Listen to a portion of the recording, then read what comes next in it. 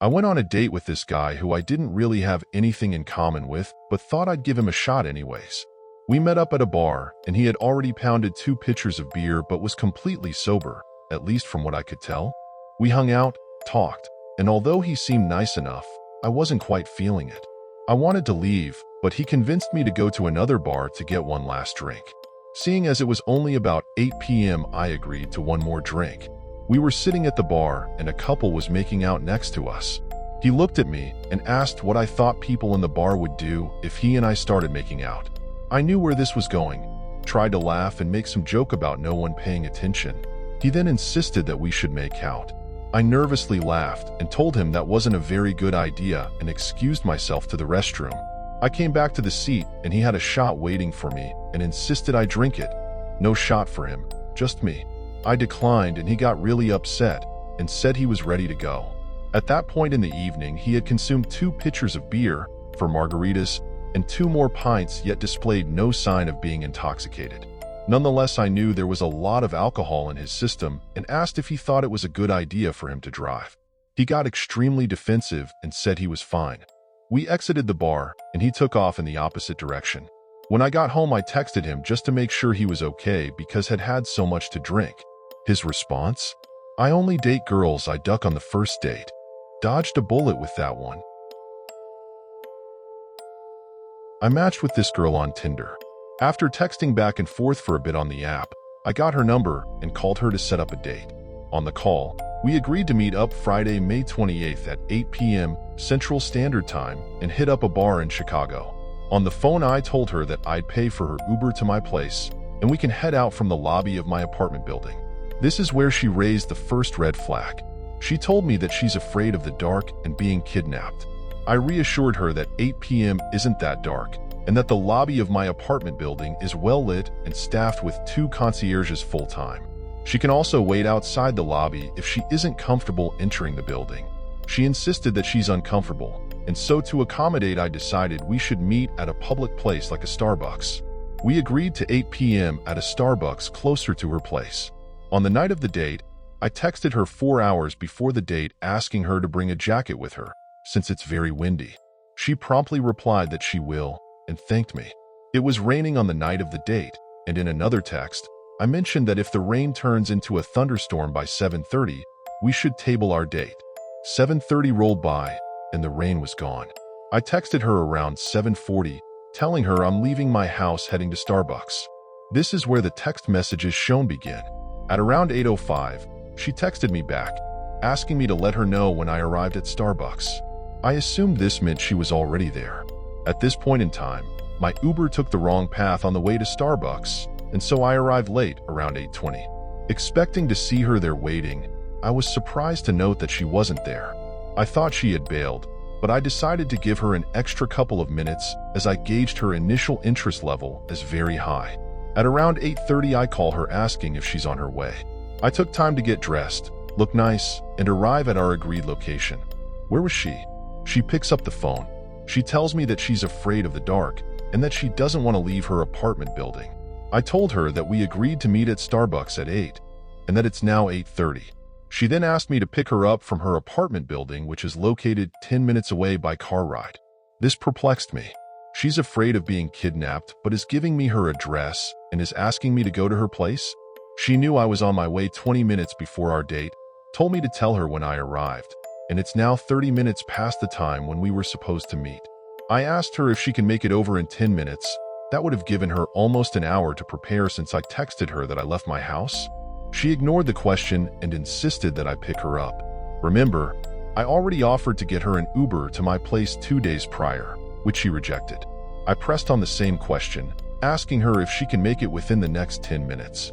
She was silent for a good 30 seconds. It was the type of silence where you can tell she wants to say yes, but knows that she can't get ready in 10 minutes because she's still in her pajamas. I broke the silence by telling her that I'm not interested in these games, and that if she is unable to keep her word on something as simple as meeting in a public place, then this won't work.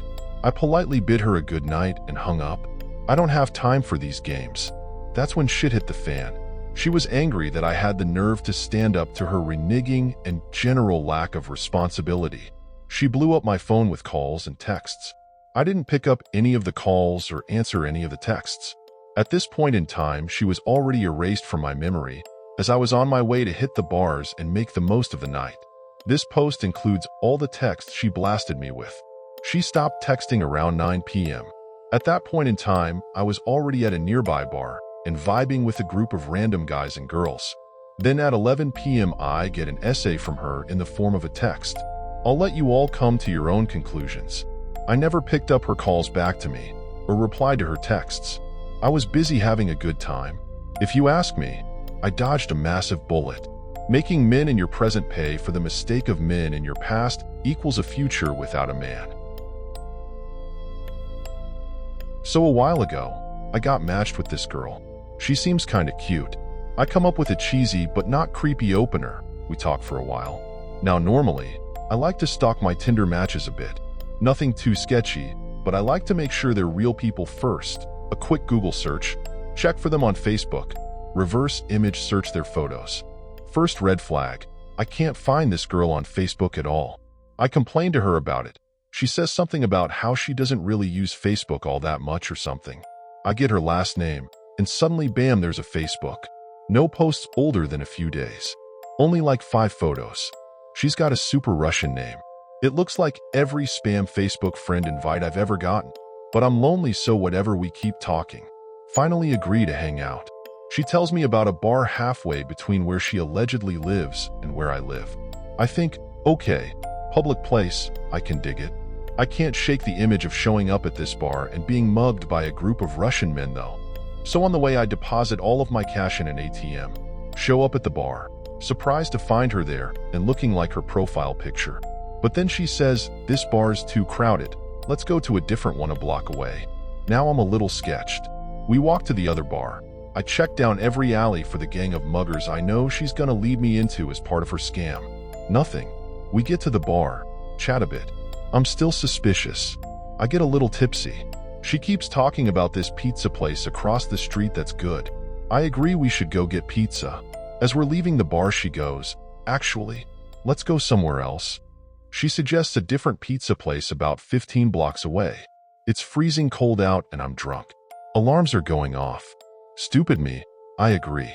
We walk to the other pizza place. I'm frozen when I get there. We order pizza, eat it, and head to a third bar nearby. I'm trying to maintain suspicion, but it's cold and I'm still tipsy. We get into the bar. I find out she broke up with her ex of 4 years a couple days before we matched on Tinder. Different kind of alarms are going off. At one point she leans in and kisses me. I can't help but feel this is super quick and I'm panicking. We part ways and I go back home. Turns out she's just super weird, but I love her. We've been dating steadily for a year since then, and she's hands down the best thing that's ever happened to me, and I still make fun of her for how many red flags I had to ignore to keep dating her. I'm female, 22 years old at the moment. For this post, you can call me Mary. Here's my Tinder horror story. It's all true and happened to me about a year or 2 ago. I've changed the names of everyone, including myself, in this post. I don't want any of this to come back to me. So everyone was doing it. Scrolling through Tinder, laughing and mocking the not-so-attractive people and drooling over the hot ones. I've got another match. Guess it's in popularity contest. Isn't everything these days, though? I'm that girl who always acted like she was way too good for dating apps. Who does that? How desperate are you? My most famous words. A few friends went on Tinder dates. Some meeting their match. Others totally disgusted of their seemingly match. Long story short, I decided to secretly give it a try. What's there to lose? Everyone's famous last words, right? At that time, I lived in the university's dorm rooms. I was laying on my bed after using the Wi-Fi on campus to download the app. Funny enough, it was a very easy app to get used to, very addictive as well. I've seen all kinds of characters on this app, people I went to high school with, people from my class, some strange odd characters and some very attractive ones. I've had a few matches, but who haven't? Quickly enough, I started having conversations with quite a few people. This one person in particular, let's call him Johnny, was very charming over the phone. He used all his time in his texting and very soon innocent naive me gave him my number. What a mistake that was. Sure enough, he texted me every day. added me on Facebook, and followed me on Instagram. I must admit, at that time, I was really enjoying the attention. He'd send me pics of flowers, said nice things, and seemed like God's gift to women. At least that's what I thought. After a few days of texting, him liking every single pic I put on Facebook, things started to get a bit weird. He started saying things like, "I will be the lion and I would hunt you." That was odd, especially for someone like me. He would send me voice notes with weird predator sounds he would make with his mouth. I started to feel uneasy and went on ghosting him. Now, what you must understand is that I'm the kind of person that puts on social media the events I'm interested in, the ones I'm definitely going to, or the ones I just think is boring. For the obvious reason, I'm a socialite.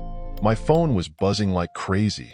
As he tries to contact me, I just kept replying with, "I'm very busy," or "I can't chat right now," and eventually, "This is weird. I think you should stop."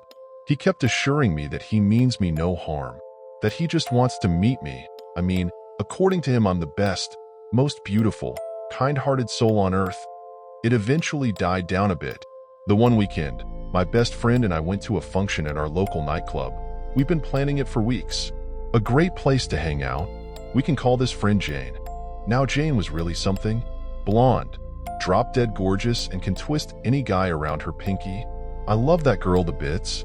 She is quite the party girl though. We were jamming to the live performing band. They're quite popular in my country. The vibe was good. We were a bit drunk and it was such a college thing to do. Halfway through their one song, a chill ran down my spine. I felt uneasy, as if someone was watching me. Out of instinct, I turned around. 2 rows behind me, I saw a familiar face, staring straight at me. It was a tall man wearing a formal suit. Who wears a suit to a college party? His hair was blondish and untidy, ruffled even. When we made eye contact, he smiled. A slow, creepy-looking smile, still staring straight at me. It took me a second to realize I recognized him from his photos on Tinder. He was standing out like a sore thumb. I immediately grabbed Jane's arm. "I feel sick. We have to go to the bathroom." Being typical girls, I knew she wouldn't let me go alone. We walked towards the restroom. She had to basically half run to keep up to me. We got there and I grabbed her into one of the stalls. Locking the door, I told her everything, hoping my streetwise friend would know what to do. Her eyes were wide. "Mary, you idiot. You know how dangerous this is." We came to the conclusion that we would just ignore him. Acting like he was invisible, he kept following us around, moving close, passing by in front of me, grazing either my arm or back, probably hoping for some sort of sick reaction. He tried worming his way into Jane and my foosball game. That's when we quickly decided to befriend some large-looking, attractive guys. The one guy, let's call him Jack, offered to buy me a drink, which was great. As I was into him and his flirting game was on point, I realized Johnny followed us to the bar. I wanted to tell Jack about him, that this random guy was following me around the whole night, but I was scared he would think I'm a freak. I turned the flirting game up a bit, touched his arm, played with his hair, ignoring Johnny completely, even though, in reality, on the inside I was terrified as hell. I think I probably made Johnny feel a bit uncomfortable. As he left eventually, to my relief, Jane was hitting it off with this one guy. Enjoying herself to bits though, as she usually does. The night dragged on and I haven't seen Johnny after the bar again that night. I awoke the next morning to a text. A simple, one-worded text, "Damn." That's all the text said, "Damn." At this moment I'm raging. I replied with, "Was that you yesterday at Spins?" Spins, not being the real name of the nightclub. "Yes, darling. Of course it was me." That reply pushed me off the edge. I wrote a snotty text back. "You freaked me as well as my friend out. How dare you? Please just leave me alone." I blocked his number before he could reply. I was freaking out. I had no intention of having a conversation with him. I deleted and blocked him from any social media until this day. I still feel uneasy going out. Is there anybody else who had a similar experience out there? Be careful of Tinder. You get screwed up people out there. Be safe and always think twice before giving out details about yourself.